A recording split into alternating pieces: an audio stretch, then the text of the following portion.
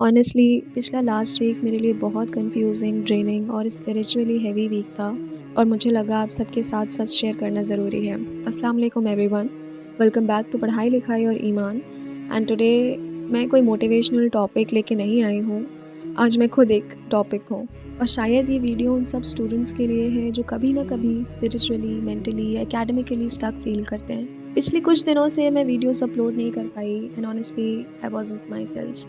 مجھے اپنے کام میں انٹرسٹ کم ہو رہا تھا، دین میں بھی وہ وارمتھ، وہ کنیکشن کم ہو گیا تھا، اور اسٹڈیز بھی بالکل ٹریک سے اتر گئی تھیں۔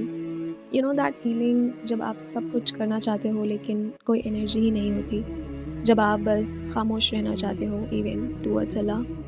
میں بالکل اسی فیز سے گزری ہوں، لیکن اس سائلنس میں مجھے ایک بات سمجھ آئی، اللہ کبھی ہمیں ان فیزز سے بنا ریزن کے نہیں گزارتا۔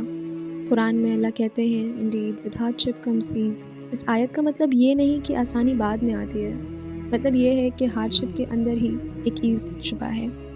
اور شاید میری ایز یہ تھی کہ میں رک کر اپنے آپ کو دوبارہ سمجھ پاؤں۔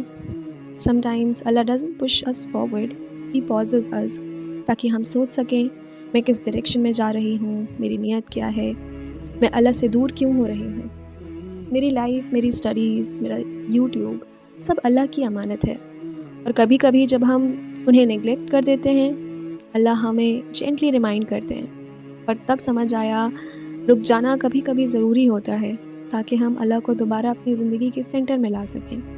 میں واپس ہوں، پرفیکٹ نہیں بٹ بیٹر، اور کل سے انشاءاللہ ویڈیوز ریگولر آئیں گی، not because of pressure but because I feel reconnected again. اور مجھے آپ سب کے ساتھ وہ جرنی شیئر کرنی ہے، of faith, of struggles, of being a student, of being human.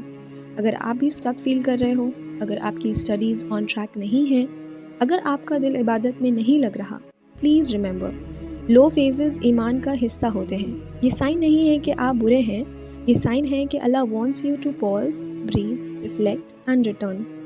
دعا میں یاد رکھیے گا، کل سے ہم ایک نئی جرنی شروع کریں گے انشاءاللہ، with clarity, with peace and with Allah's help۔